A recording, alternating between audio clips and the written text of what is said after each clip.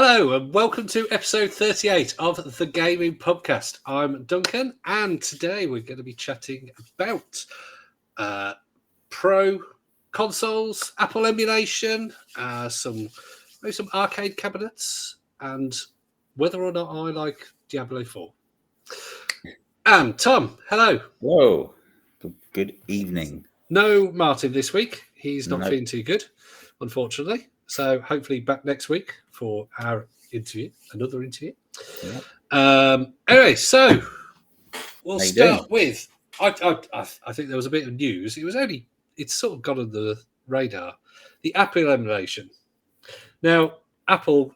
Have you ever had an iPhone? Yes, not since the iPhone 4S, but yes.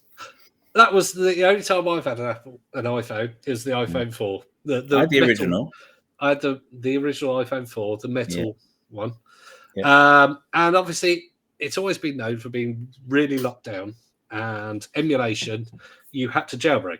You couldn't do emulation without jailbreaking.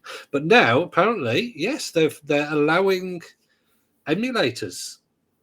But I can imagine there's probably going to be a few that they're like, no. Few caveats, But yeah, so I can imagine if you want to play your Game Boys, your Super Nintendos, ROMs and all this kind of thing, obviously legally obtained, ripped from cartridges.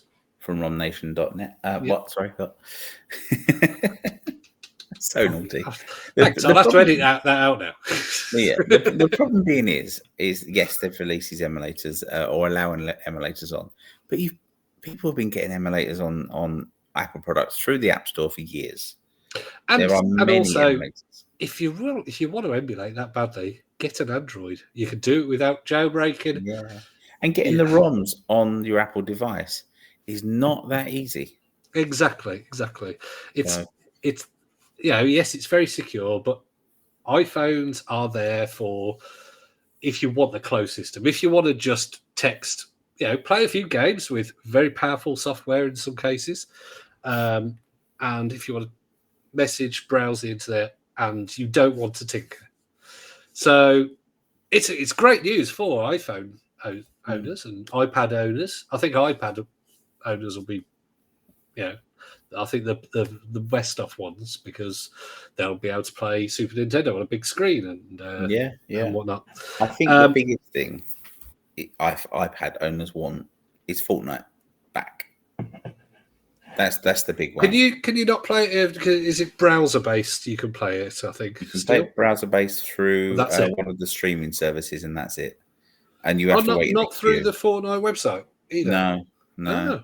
Well, not that I've been aware of anyway. But I think that's something that people want to do. And I've also found that playing Xbox Game Pass on the iPad with a Bluetooth controller is not the easiest thing in the world. No, what in terms of connecting the controllers, or you can connect the controllers, but it doesn't seem to function very well with the Game Pass access. So and I'm sure many of our listeners will know workarounds and not face the same problems I have. But I found it quite difficult to do, and it's unfortunate. So you have an iPad. I have an iPad. I don't have an iPhone. I have a OnePlus 8 Android phone, I think it is. I did have a Surface Duo 2, but I sold it, which is like a foldable phone. But interestingly, off the back of the emulator thing, Apple are being sued by, I think it's Congress in America, because what they're saying is, why aren't your devices compatible with Android, such as the Apple Watch? And the messaging platform and things like that. So maybe we'll see a change at some stage in the future. Well, I think their excuses with a lot of their products is it's a closed system, it's more secure and all this kind of thing, but it isn't. It's because they want people to be locked into Apple products. But there's some they don't want me with my Pixel. I've got a Pixel 7 Pro. They don't want me to be getting an Apple Watch and using it to its full potential. They want me to get an Apple Watch and go, oh, I need an iPhone, and swap for an iPhone. Don't get me wrong. There's something to be said for the Apple platform, where everything's interlinked from the Macs to the iPads and your messages across all the devices. And the infrastructure is fantastic. The quality of the devices is fantastic. I think with Android, although my Android is my preference, I think there's less cohesion between the different manufacturers, and therefore things like where Apple's releasing PC quality games on the iPhone, you're not getting that on Android because of so many manufacturers are allowed to adapt the technology. Yeah. It's whenever because I'm the family geek kind of thing with technology, I quite often get, and friends as well, will ask me, oh, should I get an iPhone? Should I get an Android or something? And most of these people, I'm like, okay, do you play games on your phone? No. Do you do this on your phone? Do you need this on your phone? No. And most people just want to talk, text, browse, and maybe occasionally watch a video or play a little simple game. And I just say to them, it really doesn't matter nowadays. No. It really doesn't matter. If you've got plenty of money, get whatever phone you want. Get your iPhone. If you've had Android before, obviously you might have games or saves and whatnot. So stick with that. So generally, it's the same as consoles. Really, it goes back to gaming with consoles. I've had Xbox in the past, so buying an Xbox Series X was a no-brainer because it meant I had at the time about 700 or 800 games. Now I think I've got about 1,000. But yeah, it made sense to me. And if I'd had a PlayStation 4, they were doing backwards compatibility, it would have made sense to have PlayStation 5. And equally, if you've had an iPhone the whole time, there's no real reason to not have an iPhone again. No, I think Apple is definitely the leader in the watch market. I'm not a fan of Android. I've never used an Apple Watch, but I hear that it is the best by far. I do have a Pixel watch because it came with the phone. The Tinsy watch, I call that. So it's so tiny. It does the job. I don't use the watch to full potential. I'm not a sports person. I do occasionally go to the gym and whatnot, but to sit down. That's the thing. I mean, all it is a notification device. And that's handy when you're sitting in a meeting or you're whatever, and you can look and get your messages. But Android's never got it right with the watches, I feel. Whereas I did have a smartwatch before this. I had who was it? It was but it was more. It looked like a watch and had a proper nice bezel and everything. Problem was, unlike this one, is when you're swiping in from the side and the bottom and everything, you've got the bezel is in the way. Tilts upwards. Yeah. And I had the same with my LDR watch. This was a good change. So that, the fact that I could just swipe, really easily. I love it. I love this. But apparently the Apple Watch is miles ahead. Yeah, I like the Apple Watch Ultra. I think that's pretty good. But again, is that just faster processor? It's bigger. It's a bigger watch. It's waterproof, stuff like that. But I think, again, if you're an Android person, there's no compatibility with the Apple Watch. So in the end, we're stuck to what we can get on Android. And I'm Android through and through because I've been with Android for many years. And unless there's some interactivity between the two operating systems, I'm going to stay with the Google one because I've got saves on there. I've got Google software. And so it has sort of closed down over the years since sort of your Android 6s and whatnot, which was... But it was very rough around the edges back in the day, Android. It was. But anyway, It'll get back to the original thing, Apple emulators. Good news. Good news. But time will tell how people respond to it. And also, if anyone can get a bloody ROM on the machine. I've got an emulator on my phone. What do you play on it? Oh, I don't play anything on it. I've just got it on my phone.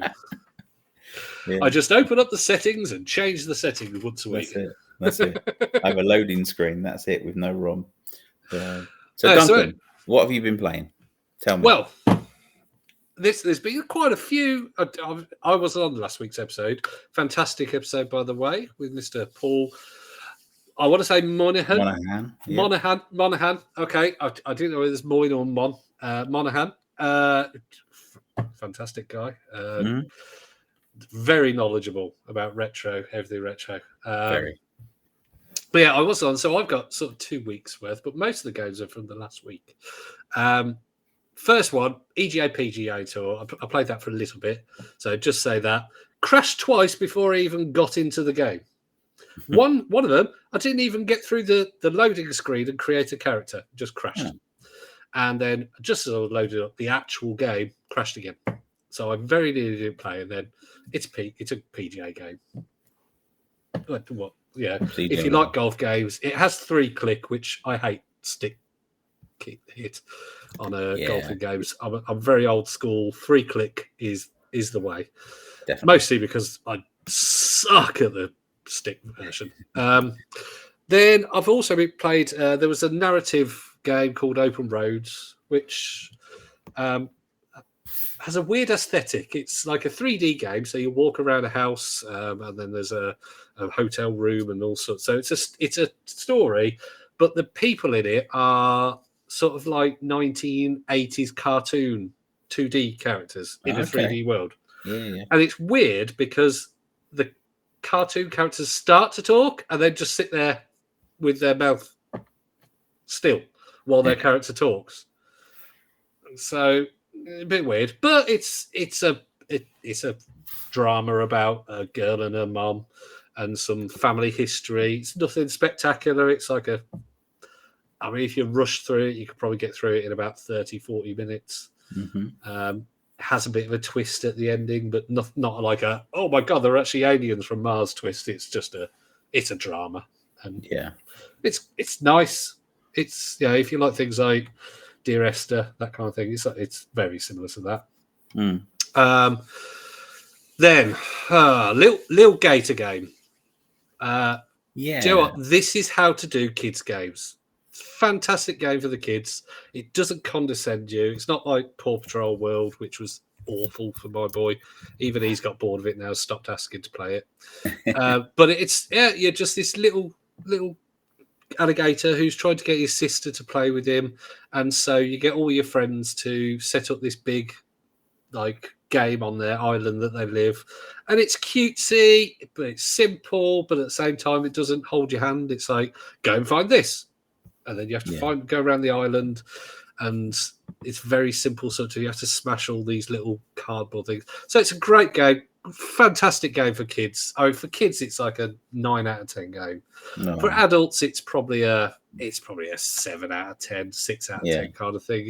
It's all right, but if you've got kids, 5 to 10 years old, they'll probably all love this game. They're not gonna. You can't die.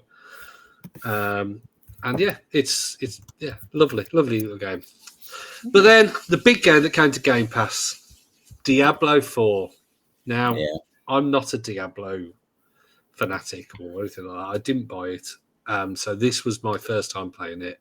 I own Diablo 3, but I think I played through it twice. Once was just doing it, and another time was with a friend.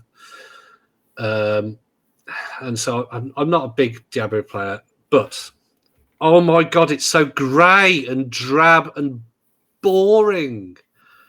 It's just walk from one place to another, click. Oh look, there's some grey, and the only time it's not grey is when there's some viscera around, and it's a bit red. Yeah. And then other times, you might be in a wood and everything's grey. I mean, literally, there's trees and stuff in some places, and it's all grey. And I'm like, is there something wrong with the saturation of my console or something, or my TV? No, it's just everything's drab and boring, and it's just. I'll say openly, I'm not the target audience because I'm somebody who will play it for the story and then never touch it again. Yeah. So hence why I haven't bought it. But it just. I'm struggling to get through it. I've played it for about 4 hours, 5 hours, and I've struggled to get that far. It's just boring. Been it. Yeah, no, yeah, yeah. I'm not. I hate it when people go, "Oh, that game's trash," that kind of thing, and I'm like, no, it's an okay game, but it's not trash. If you like Diablo, if you love Diablo, you might like it, kind of thing. And if you like grey, but if you like something colourful and you like something that isn't repetitive, oh god, no, avoid this like the plague. Well, no, not for me. So yeah, that's what I've been playing. I have been playing Sea Smash VRS on the Quest.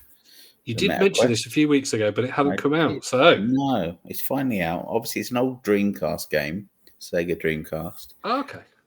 It's very Tron-like.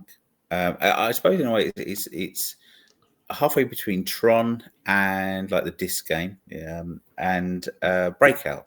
Where you hit the ball against the blocks. So essentially, you are standing in this very colourful arena. It's in space, and you have to, with your right controller, you have to pull this almost pinball virtual lever, I guess, back. It pulls the ball towards you, and then you whack it with a racket. You play right or left-handed, and you have to knock out these shapes that are in front of you. And the quicker you do it, the higher the ranking you get, and the higher the online ranking is as well. You can also play 2-player, which is basically tennis. It's really colourful. It's really fun. It's a bit samey, I will say. So I've not played it for long, but my friend is. Are there any kind of unlocks? Yeah, like you'd unlock different modes or different rackets.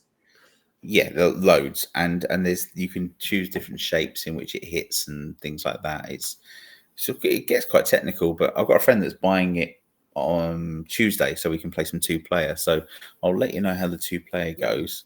The other one I've been playing, which I've just remembered, is Fortnite's new racing game. It's not new; it's been around for a little while now. But it's basically rocket racing on Fortnite. Yeah, I've seen that, but I haven't got around to playing it because I've really just good. Yeah, well, Epic. Do Epic own Rocket Racing? I think developer? they do. They own the developer, don't they? Yeah, and the game was tanking, wasn't it? I think it wasn't. I mean, I might be wrong on this. Rocket Racing is like a e-sport and everything now. It's but when they released it on the consoles, from what I read, it wasn't doing that well. I don't know. I might be wrong. I actually bought Rocket League, not Rocket Racing, Rocket League, when it was a paid-for game. And it just meant that when it became a free to play, we got some, we got skins and extras and stuff like that. But yeah, I love Rocket League. It's such a good game, and control wise for me with my hand on touchscreen, it makes it really easy to control. And I assume I'm racing against. Are you playing this on the iPad? Are you? I'm playing it on the OnePlus Android phone. Oh, okay. I don't like playing Fortnite with controllers, but I'm sure I'm playing against 50,000 8-year-olds. But I am finding I'm coming in top 2 most races. Don't you take it easy on them. Gonna destroy them. Never. But yeah, it's really good. I'm really impressed. So yeah, fantastic. Now, Duncan, I heard you had an experience playing another game. Well, I was going to say, I mean, I have played on VR recently. Yes, yeah. Well, last week I wasn't on the episode, but a couple of days after that, I came round to your house, didn't I? And you did, and screamed like a girl. And yes, well, I did play Resident Evil 7, which and the parts that I played on the Quest, not on Quest, on PSVR, I have played those actually on console normally, so I did know what was coming. But equally, I wasn't sure of the order of things. So I don't know whether that made it worse or made it better, because I was like, I know that this woman's going to chop my hand off. Yeah. So to give everyone a picture of what went on, I do have video, and maybe we we'll will. Yeah, insert we it. will edit it and get it up at some point. Yeah, but essentially, Duncan spent most of the time looking down or to the side and almost sidestepping into walking every backwards room. into a few rooms. Yeah, until he but then finally it turns me around for cutscenes and whatnot. Yeah, until we eventually got his arm chopped off by this psycho lady and then dragged into a room and stuff like that. But essentially, Duncan had a great time. Literally, you're outside this house, and it's not like you can look in the building, and it's like, oh look, there's a room in there. It's black. It's pitch black. You cannot see anything. Why would I go in there? I choose to not go in there. If my wife's in there, she's dead to me. That's fine. I'll leave her. And But then I have to go in there. And then we played some SNES Mini, didn't we? We played some two-player. We did, and I think we've established in previous episodes, haven't we, Tom, that you're very good. Mm-hmm. Yeah. Who won the first game?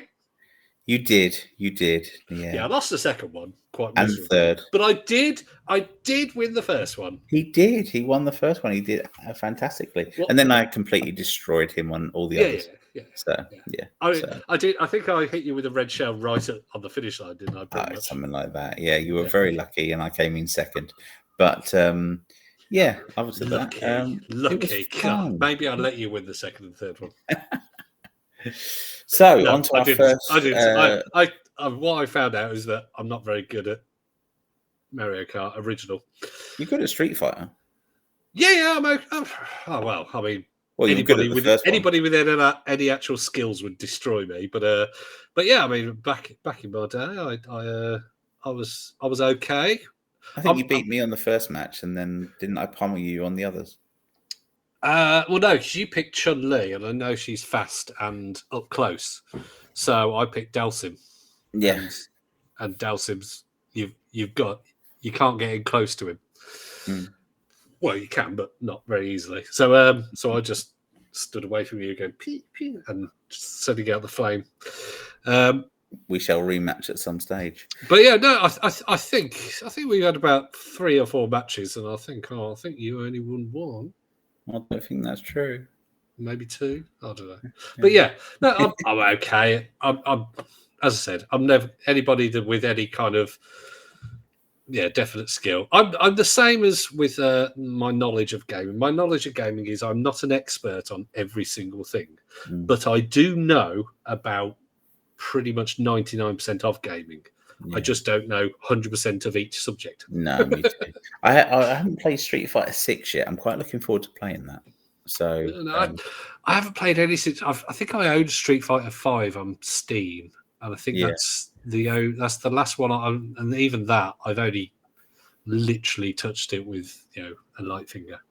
I've got it on the PlayStation, but Street Fighter 6, it's still £50, and I'm not willing to spend £50 on it. So when it comes down to like 15, they do tend to get very cheap very quickly, and then they bring out one with all the DLC characters that goes back to full price, and then that comes down.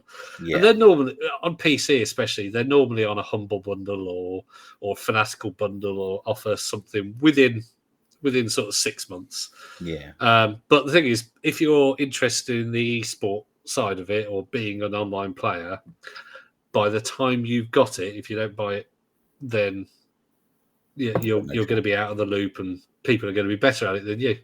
Yeah. I don't think either of us are ever going to be at that stage, though. So I don't think we're not that bothered about that. They do look good, though. The Street Fighter does look good. Yeah. Tekken 8 apparently is quite good as well.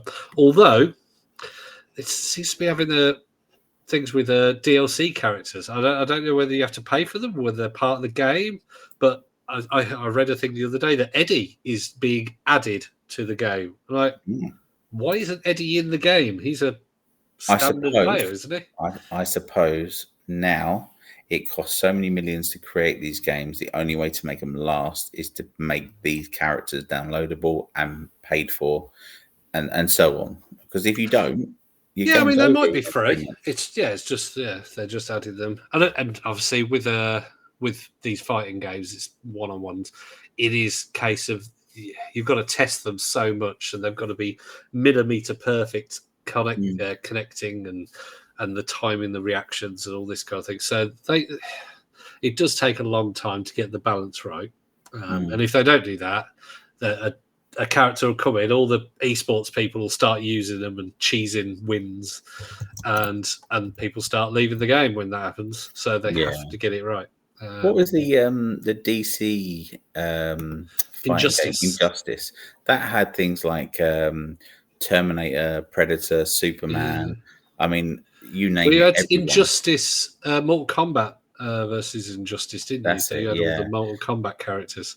But I think that one had so many Joker downloads and stuff over a period of time. I mean, you had Terminator with just the Arnold Schwarzenegger, then you had the T-800, then you had the Predator, the Alien, and so on, and it went on and on and on. But it made the game last a long time, and it worked. Was that in Injustice? Yeah, it was in the sequel. Okay. So I'm sure Mortal Kombat had Terminator as well, didn't they? Because I'm sure there was. Oh, I might be wrong actually. Yeah, you might be right. It was in the other one, maybe. Because Mortal Kombat, the Terminator. It was when what's the movie came out? Dark Fate. Yeah. Mortal Kombat 11. Mortal Kombat 11. Yeah, no, I stand corrected. It was Mortal Kombat, but it did make the game last longer, and I think and you can get Game of the Year versions of that now, which has so many characters. It's very good, very good.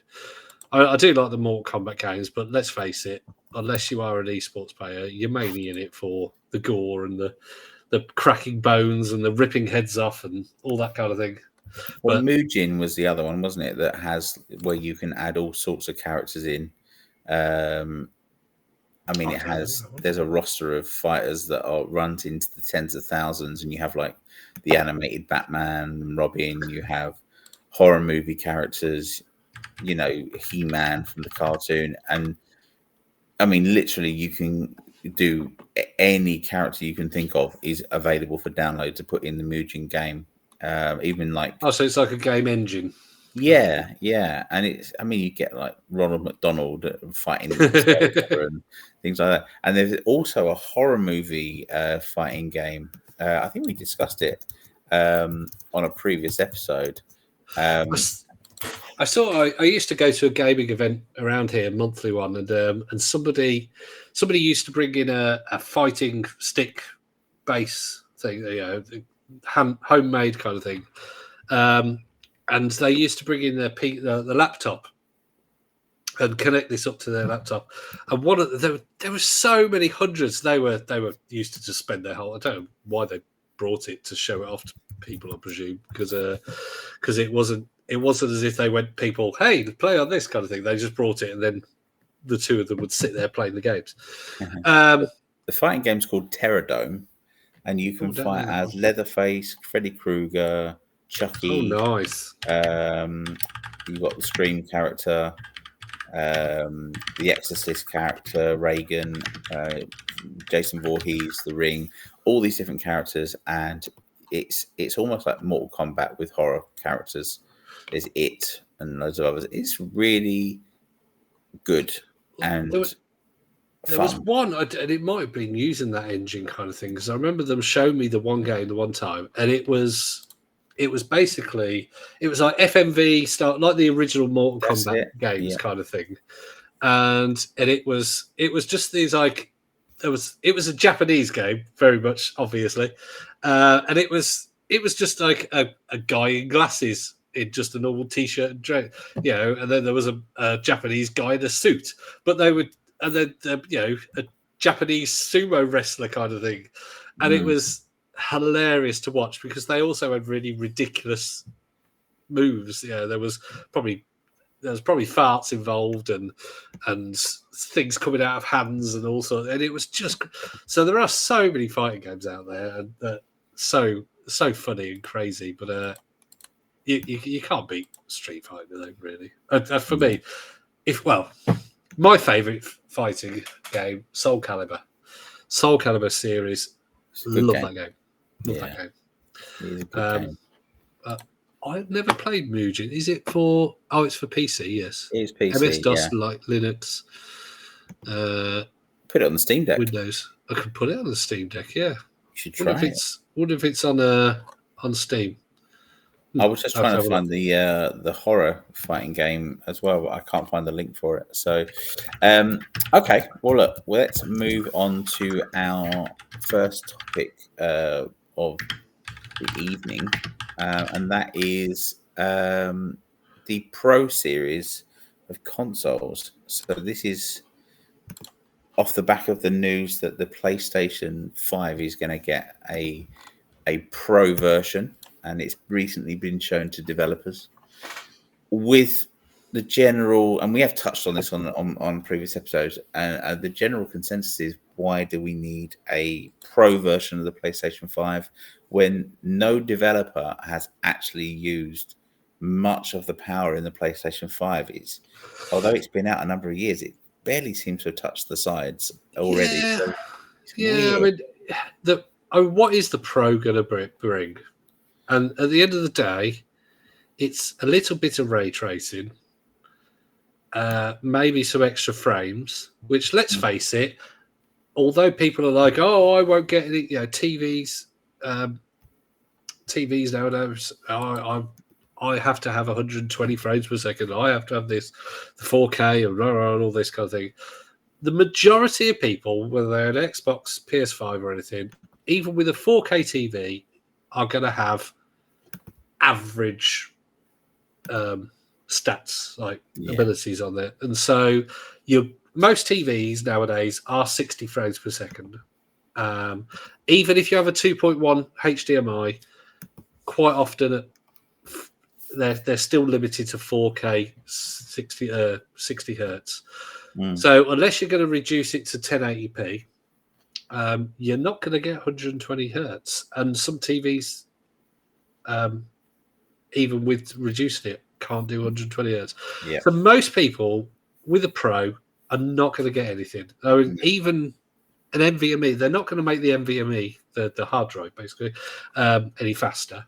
No. Or if they do, it's going to be a case of, this game boots up in 3.8 seconds. With the Pro, it boots up in 3.4 seconds. Whereas the difference from hard drive discs to NVMe's was this game boots up in 5 seconds. This game boots up on a hard drive in 48 seconds. Yeah. That was the massive difference. And this just seems like it's just look, slightly shinier, and no one asks for it. Well, yeah, I think I've never seen the need for the Pro series. Maybe on the PlayStation 4 era and that Xbox era, but in this era, it doesn't feel like the consoles are anywhere near the end yet. And the difficulty, and we said this on the last episode, the episode before last, is that Nintendo have got a jump on all the different providers of consoles nowadays, and I include the Steam Deck in that as well, because they've waited. They're about to bring out the Switch 2 next year. It's going to be a base level 4K. Let's face it, it's going to be handheld. It makes sense. It's going to be 4K. It's probably and going to be also on the fact that their hardware is old means it's a big jump. I mean, I haven't used a Switch in a while, but it's not an NVMe. It is flash storage or storage cards. So if they can stick an 2230 NVMe in there, similar to a Steam Deck, it's gonna be a big jump in boot speeds. It's gonna be big jump in screen, because they'll probably have OLED as standard. The ability of the whole handheld is going to be a massive jump. But even then, they're probably going to have either backwards compatibility or they're going to re-release. Let's face it, Nintendo, they're going to re-release everything, can't they? Yeah. It would surprise me if we have what they did with the Wii U onto the Switch. If they do it again, I I would think that I think library will take they're you going to with have you. backwards compatibility. Yeah, I it think makes it would sense. be no one. That was the problem with the Wii and the Wii U. I think everybody who wasn't a gamer was like, "Oh, Wii U," and then people were like, "Oh no, you can't play your Wii games on there," and so nobody was interested. And yet you could. Yeah, but you. Oh no, you couldn't you? Yeah. Yeah. You couldn't. In fact, you could also play. I think you could play GameCube as well. Still, you just didn't have the controller slots, if I remember rightly. So but you could still play Then I them. stand corrected. Yeah. I thought it was completely separate system and But it everything. looked the same, and that's the key. They didn't promote it like it was this upgraded Oh no, new that was the thing. machine. You could, yes, you could play it, and so people were Yeah, just like, "Why do I need that?" exactly. Yeah, That's what I was thinking. I was completely but thinking the opposite. without the failure of the Wii U, I don't think we would have had the success of the Switch. Yeah. I mean, it was a massive jump, though, wasn't it? From this, I mean, yes, granted, they both had a handheld kind of thing, but it was a not the best handheld that wasn't ever going to go out of your living room to something that you could slip in your backpack and take on the train with you if you want. Yeah. And the fact that you could dock it and as well, so it became like a full console, meant that it was a handheld that became a console rather than a console that had a handheld. Yeah, and I think that worked. I think straight away that worked. You can take it wherever you want to go, and still. I remember being on a train with my Switch, and it only just come out, and I was playing it, and people walking by going, "Is that a Switch?" I was like, "Yes," and they were like, "Oh wow, it's really cool," and I was using the Wi-Fi on the train. And I think now we've got the Steam Decks and all the other variations, the Legion and the I can't remember half the names of these ones now, but I think that's where it's going. And interestingly, there was that leak recently that Xbox are working on a handheld in the last week, and there's something. I think they've been working on something for a long time. I think they probably had, Phil Spencer's probably got about 20 prototypes in his bedroom. Yeah, if they as soon as the Switch became a success, which it became a success, pretty quickly. I'm pretty sure direct from that, maybe even before it came out, because let's face it, Microsoft would have had access to the Switch before it came out. Probably went, wow, this is a good piece of kit. Yeah. If this is a success, I want something. So they probably got, and I think they mentioned when there was the big leak that they had prototypes of various things and whatnot. But yeah, so I think an Xbox handheld, they can't have something that's streaming because people with the Switch, you can be offline. Yeah. And then you've got things like the Logitech G Cloud and the PlayStation Portal, things like that, which you have to have the internet connection, and you can't have that. You've got to have something where things are installed. Hence why the Steam Deck has become. And I think with their changing stance, I think it's either got to be as powerful as your sort of Series S kind of thing, or it's just got to be, I don't know, basically quite open. I think like the Steam Deck. So interestingly, PlayStation had a leak on a patent that was put through in the last week that also details a handheld they're working on, which is a sequel to the Vita, which allows streaming and static play directly on the device. So, well, I mean, they've already obviously they've got the portal, but that is something that would stay in your house basically, or go around your friends, and you can play your PlayStation while you sat next to them. But yeah, if they can, I mean, if you're going to have something where things will install, then likely that they're going to allow streaming anyway, because that's just a no-brainer. And streaming does work very well on a handheld because it uses very little battery. compared to something natively, because the processor doesn't have to work anywhere near as hard, and the GPU doesn't have to work as hard. So yeah, or APU as it is in handhelds. So yeah, I mean, if Xbox could come up with something as compact as Steam Deck, I think Steam Deck and the Legion Go is quite large. I think that's the one with the removable hand, like the Switch kind of thing, the handheld PC. And I think sort of Steam Deck or smaller is probably where most are aiming for. And the Steam Deck, as you know, is quite thin for what it is. It's if you go away from the handheld bits, what is it? It's less than an inch thick. And yeah, so I'd probably buy an Xbox handheld if it was a good price. That's also why the Steam Deck succeeded. I think I would as well, actually, because I think it. But I think if you buy it, you want it to come with a Game Pass subscription for like. The other option is them to allow Windows games to be installed on Steam Deck, on Steam OS. That would be the other one, because then I'd have the Steam Deck and they'd go, right, these games are Steam Deck verified. And if Microsoft had their own version of the Windows Store that worked on Steam OS, that would be great, because I could. Is it not inevitable?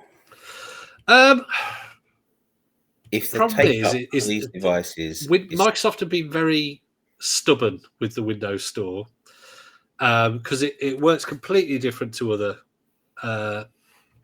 What is it called? x86 or whatever games, or whatever PC. I don't know. I'm not technical on using these terms, but so yeah. So the games that you install through the Windows are completely different under the hood. So it's quite often you'll get mods won't work on Windows versions. So they'd have to change a lot. Plus Proton, I think that is used to get Windows things onto Linux. Doesn't work with Windows Store games, Microsoft Store games. So it would have to be Microsoft going, right, we're going to add this and patch this and do this, and then make some kind of store that would work with Steam. Which, let's face it, Gabe Newell hates Microsoft with a passion. So although Microsoft have been very nicey to Steam, Gabe does not like Microsoft at all. He worked for Microsoft, I think, before he started up Valve, and yeah, he wants to destroy Windows. I wonder who sells more games, the Windows platform or the Steam platform. Well, I mean, if you go on Windows platform, technically, Steam is, but if in terms of the Microsoft Store or Steam, by far Steam, easily. Yeah. Because also, I mean, the Windows Store, there was that's more of a, I think, Windows 7 invention. So it's, what is it, the Universal UMW or something that they call it. I don't know what it is, but the version of the games was only, I think, Windows 7. Yeah. But yeah, back to a handheld. I would love either, as I said, Steam to have the Windows Store on it so I could use Game Pass, or I would love an Xbox console where you'd have to install natively and allow streaming when I'm at home. Let's play devil's advocate, because I do believe the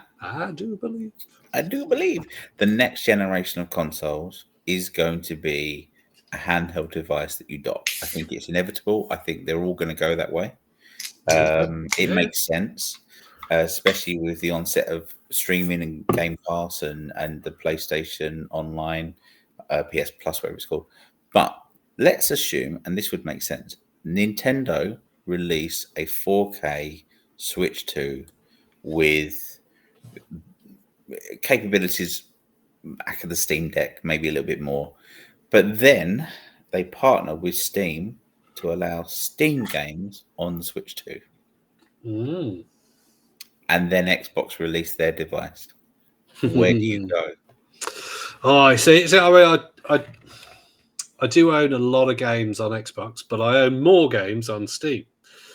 Although, I mean, I think I looked the other day. I have actually surpassed 1,000 games on Steam. Although probably 300 of those are tat. Are games that I would either never touch or I don't particularly want to touch. They just come with bundles and things like that. No, I would love Steam to work on other things. I mean, the Microsoft have said that they would love Game Pass to be on Steam. Whether or there would have to be some kind of financial incentive for Steam, obviously, because Steam would have to host things and whatnot. So it would make no business sense to put it on Steam. It wouldn't. So, but it would with Nintendo. But then Nintendo and Microsoft got a bit cozy the last few years. Yeah. But Nintendo and Valve. Oh, I don't know. I think that it makes sense. I think Nintendo would probably be a bit sort of like, no, you've got to do this, you've got to do this, and you're not allowed to do this. You've got to take that game off, and that game off, and that game off. See, I don't think they would, because they're releasing R-rated games on Switch. Yeah, but then there's emulators available on Steam, and they recently, obviously, Nintendo threatened Dolphin, and so Dolphin was not released as a standalone on Steam. And that's for the Wii, which they're not selling anything for the Wii anymore. So, but yeah, I mean, I would if a Steam handheld, if it came out and it was, because since the Steam Deck came out, they've gone 2 generations of that APU is available, so you can get really powerful APUs now, which are almost current gen console worthy. And yeah, I think that would be a fantastic thing if you could get 4K 30 frames per second, or a screen that has 120 frames per second, 1080, 1440 kind of thing. The only issue would be, and Nintendo will be very good at this, battery. As soon as you whack that frames per second up, as soon as you whack the resolution up, because if you go from 720p to 1080p, you're not just adding 300 lines, you're adding 300 lines the one direction, and you're adding like 700 lines the other direction. So that adds a lot of processing power and graphical power that just absolutely rinses the battery. I mean, on the Steam Deck, I set everything to 40 frames per second, and I use the FSR when it isn't built in on a game, so I can reduce the resolution and not use the battery so much. Although I'll be sitting next to my dock, it just means I can sit there and play for longer and not have to worry about the battery. My mate loves his dock, and he's got the Ally. What's it called? The ROG Ally, Republic of Gamers. And he docks it, and he got a laptop that he docks as well. And he listens to the podcast. So Darren, if you're listening, hello. We're talking about you. And he does all the RGB lights and everything else. But yes, it's Windows, and yes, it does make games more easy to install. It's thinner than the Steam Deck, but I just don't like it. I just it's a bit angled, isn't it? I mean, I'd like it. I mean, somebody said they have reduced the price recently, so I think it was available recently for about £399. Yeah. Which for something which is more powerful than the Steam Deck, and it is a good piece of kit. But if somebody said to me, I've got these 2 pieces of kit, which would you like? They're both the same price. I'd be torn, but I'd probably still go with the Steam Deck. That's the conversation we had the other day. And I said Steam Deck because Emu Deck, things like that on it, PC gaming. You can get Emu Deck on the Ally now. Yeah. There is a Windows version, like a desktop Windows version, coming as well. Yeah. But no, it's a great piece of kit. It's close.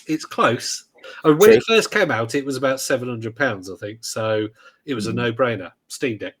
But now the fact that you can get one for £400, I'd go for the Ally if you want Windows. If you're somebody who plays Call of Duty or PUBG or something like that, Rainbow Six Siege.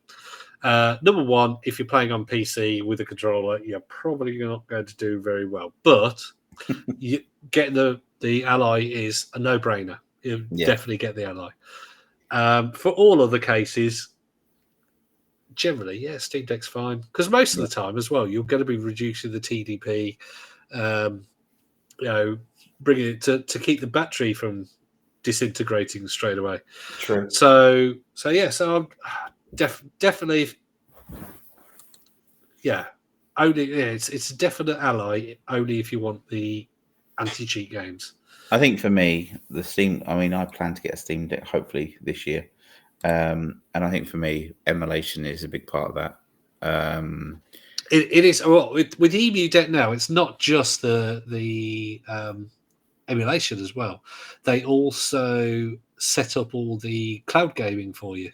Yeah. So you literally click a couple of buttons, go in, and it puts it'll put GeForce Now, put Xbox. There's another one, I think, another cloud gaming that it puts on there. Oh, Luna, all things like that. And so instead of having to go in and do the copy and paste from the Microsoft website, you could just go, yes, please, I would like Microsoft gaming, cloud gaming on my Steam. So Duncan's coming to around to set my Steam Deck up for me when I get it, aren't you, Duncan? Yes, I'll click a few buttons and whatnot. Yeah. It is an Emu Deck I cannot recommend it highly enough. It's so easy. Obviously, the illegal ROM collection on there, Yeah, perfectly legal because you own every single cartridge and CD and God knows what other format things have been on. But so well, if a handheld comes out with it for Xbox, I would hope it would have Windows as a backup. That's what I'd like. Or at least you could install Windows on it as a dual boot. Well, similar to Steam Deck. With Steam Deck, for those that don't know, you can press a button and go to the power menu, and it says desktop, and you go to desktop, and you just go to desktop, and it's a fully function Linux desktop. Yeah, and you can install through using other things. You can install Windows things on there through things using things like Lutris and whatnot. You can tinker with things. You can use it as a laptop. You can plug it into a dock and plug it into a monitor and plug in a keyboard and mouse and use it like that. I mean, you don't even have to plug it into a monitor. You could use a keyboard and mouse on the 7-inch screen. Probably not the best because you'd be right up close to it. A friend of mine's kid does his homework on his Steam Deck through a dock. So, you can. So I have the JSAUX dock. I have I think they're up to about the 5 million in one now, but I think there's 6 in one. So it has 2 USB-C, a USB-A. Two USB-C, 2 USB-A, HDMI. I think that's it. Yeah. And then it has like a right-angled power lead that you could stick it on there and just plop it in. And very good. I'd highly recommend that for them and I use their backplate as well. Yeah. RGB backplate. I don't normally like RGB, but the fact that it just has little RGB in the handhelds, so when you're holding it just has a nice little glow. It's gentle.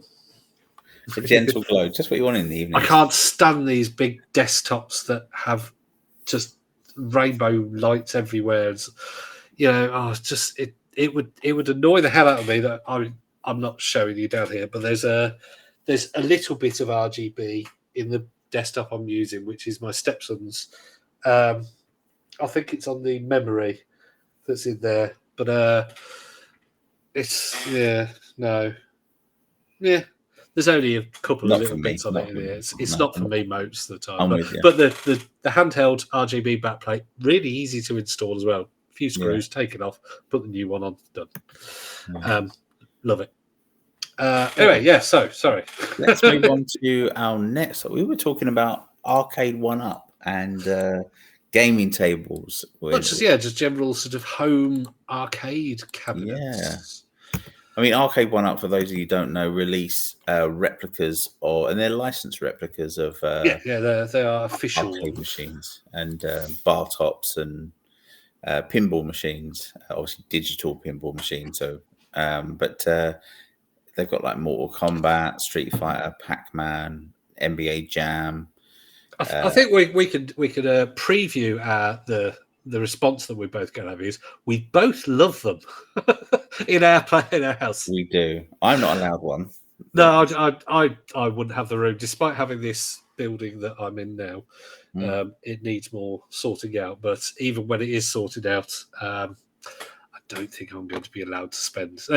We could go to the prices are sort of £600 to £800 for your simple cabinets, but then you can get tabletop ones that are in the £200 range. Well, you can pick up Mortal Kombat, the full size one, in Smith's Toys for about £200. Nice. Yeah, you can pick them up quite cheap. Yeah, so they're £500 to £600. I'm seeing them up, but you can get the Star Wars arcade game, Mortal Kombat, those kind of things. They are single games ones. These ones, so they're not like retro gaming things. But they are not quite, Duncan. Not quite. So they have multiple games of the same thing. So you'll have like Mortal Kombat, which will have Mortal Kombat 1 and then other games on there. Same with Street Fighter, we have different variations of Street Fighter games on there. So for instance, on the Midway Legacy one, it has 14 games: Mortal Kombat 2, 3, Ultimate Mortal Kombat 3, Joust, Defender, Rampage, Gauntlet, Paperboy, and so on. The Street Fighter one will have 3 different Street Fighter games, I think it is. I was just looking at the Capcom Legacy Yoga Flame on their actual website. It contains 14 Capcom games. So I'll just go through. They are a few Street Fighters. There's 3 Street Fighter 2s. But the rest of them, they got King of Dragons, Strider, Pro Gear, Battle Circuit, Super Puzzle Fighters, Saturday Night Slam Masters, Capcom Sports Club, Final Fight, good game, Giga Wing, also that's a shoot 'em up, I think, isn't it? Giga Wing, Captain Commando, and Armored Warriors. So yeah, I mean, just looking at it's got pictures of all the games at the bottom. Yeah, Giga Wing is like a bullet hell shooter game. Final Fight, I loved. I put a lot of money into Final Flight. Yeah. Final Fight. When I was a child, going into arcades, and when it came out on home consoles, I was like, "What?" Although I watched a video the other day. Apparently, that's one of the ones when it was ported to the SNES. They apparently got rid of one of the playable characters, and because of the limit on the sprites on screen, there was only ever 2 enemies on screen at one point, which on the arcade there was about 10 at some points. So apparently it was awful. And they released a version that had the guy who was removed by... There was Hagar, that's it, and 2 other guys. Now, it was one of the other guys that was removed. And what they did was they released another version that had Hagar and the other guy removed.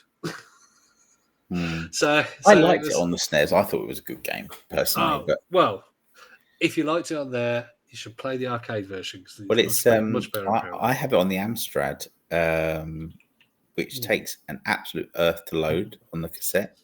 But it's quite a rare version, actually. But I think because they did bring out a Spectrum version as well, I think. But it was horrific. Not good. Not good. No.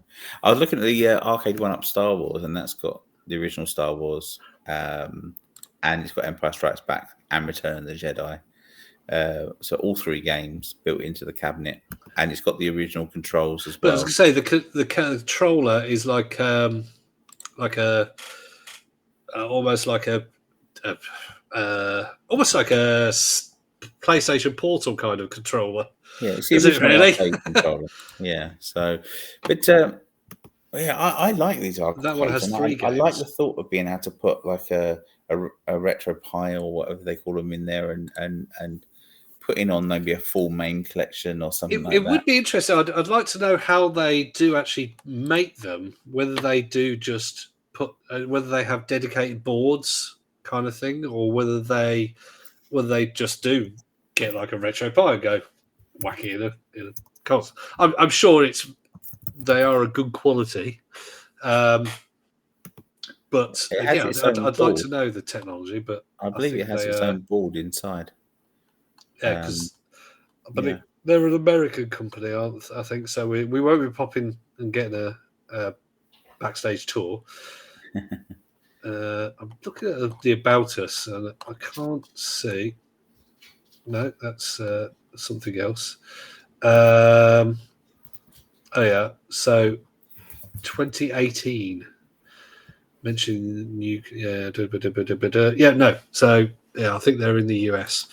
No, I'd love one. And there is also, I think I said to you, the quarter arcade cabinets that you can get, which for those that probably can't afford the 1-up, are something to look at, because they are literally, they're so cute. They're quarter size, so you can hold them in your hand like this kind of thing. And yeah, they're brilliant. And the fact that it's sort of a play on words, because obviously being American, quarter is the money that you put in it. So yeah, but you can get they do a slightly bigger one as well, don't they? Yeah, I mean there are literally sort of tabletop ones, but there are quarter size ones that so they are half the size and half the width kind of thing.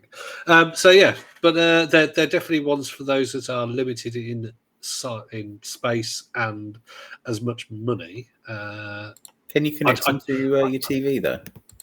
Oh, I don't know. I would have to look that up. But they do all sorts. I mean, they even do little fridges that look like vending machines. I'm just looking. There's a 7-Up and Pepsi one. Their official picture. It's quite funny because what they've done is they've made a background that looks like it's a full-size one, but then there's a massive hand. It's sort of like this. There's a massive hand by this fridge, and yeah, it's a quarter size. I'd like to. I always wanted a Coca-Cola retro vending machine that refrigerates. I've always wanted one. I'll never get one, but I've always wanted one. So. One that you actually put the money in and it comes out the bottom kind of thing. Yeah, I think that's just really cool. So, if I was to get any arcade game, it would probably be one of the 4-player ones, like your Teenage Mutant Ninja Turtles or Gauntlet. That's actually our local arcade that we've got in Southend, Astro City. If anyone's in Essex, highly recommend it.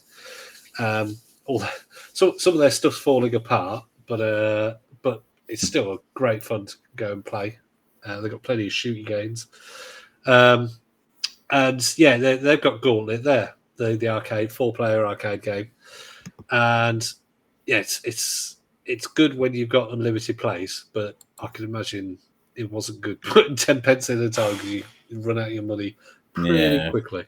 But yeah, the 4-player ones, or I think we were talking about, and 1-Up do it, the gaming tables. We do have actually very close between us. We have a micro pub, and they've got a retro gaming table in there that's 50p a go. And if you can get that table, it's great fun. But yeah, it's hard to get on there. It's if you go in there, it's a micro pub, so there's only about 4 or 5 tables. maybe we'll have to go there one time just to try and get on it. But so you can't connect these mini arcades that you to a TV. I've just looked, but it does have behind the coin slots USB, which you can connect these mini controllers, USB controllers to them to be able to play the game off of the joystick controls without using the joystick controls. Oh yeah, quarter arcades USB controllers. Yeah, that's quite fun.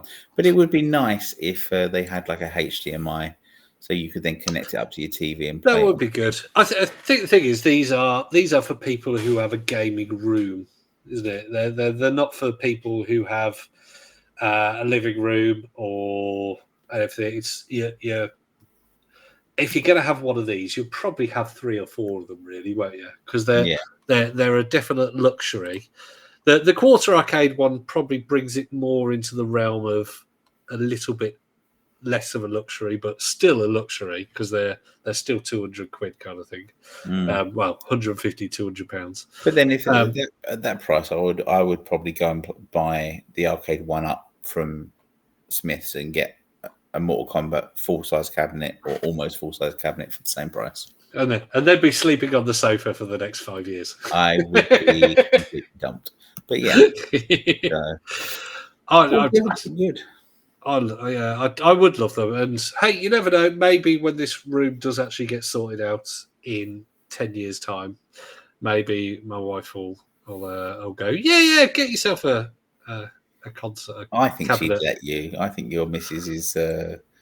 It's mostly. Well, yeah. I think if I sorted this place out, she would happily have it. But at the same time, I think it's mostly the cost. They are a luxury for those with the room and the money. And I think generally, if you've got the money, you've got the room. That's it. Yeah. One other thing that you were sending me was similar to the tables that the 50p ones kind of thing is just have a coffee table that's got a screen in it, and maybe USB ports or built in whatever, but yeah, something that you could just put your coffee on it, but then go, fancy a game, and then sit there playing a bit of Pac-Man. I would like that. That'd be great. A pivot screen. Yeah. Yes, with a screen that you could pivot up. You showed me that one that was by Killing Retro Arcade. Who was it by? It was by Surface Tension. And we were just mentioning it's really good and really well made, but it needs a screen to be able to be pivoted, and the controls sliding out mean you end up being about 3 foot away from the table. So lovely, but needs a better design. Yeah, that one's been around for years, though. It's, I mean, they were selling that 10 years ago. So okay, yeah, whether they look at an update. So, but yeah, I think we've covered a lot of our topics, and I think I think we've been with a nice little hour and 7 minutes. We've been going on. So we've got some upcoming interviews which we can announce finally. So next week we're interviewing Lewis Packwood, who's got a fantastic book out, which is unusual. I won't say unusual, but lesser known machines. That's it. Yes. Yeah. And then in 2 weeks' time, or 3 weeks if you include this week, we've got Gary Bracey, who is of Ocean Software, who's coming up as well. So if you wish to see Tom turn into a gibbering, speechless wreck, very excited about as he fanboys. Yeah, and then we've got in 3 weeks after that, we've got Michael Nerney, who released the new 8-bit book on the 8-bit scene in Britain. There's a very zoomed, and on the cover has a very zoomed in picture of the Spectrum 48K, the best of the generation on the show. So if you have a product that's coming out or a game that you want us to review, or you want to come on for an interview, then or even a magazine, then contact give us a us. shout. We do. We have the gaming pubcast.co.uk, and also you can message us by our names at thegamingpubcast.co.uk. So Tom, Duncan, or just a general info and contact at gamingpubcast.co.uk. Absolutely, yeah. Although we are thinking, I think we could probably say we are looking at possible new names. So, anybody has any suggestions? Not nice suggestions. Let us know on Facebook, YouTube, all those. Drop us a comment, and if that happens, maybe one of the interviews will unveil the new name. Yeah, when we come up with it. Maybe there'll be a little prize involved. Who knows? Yeah, Who knows? Let's say maybe when we come up with the name, that's the problem. Yeah. On that note, subscribe, follow, share, and we'll see you next episode for Lewis. Yeah. Great. Thanks, guys. Bye.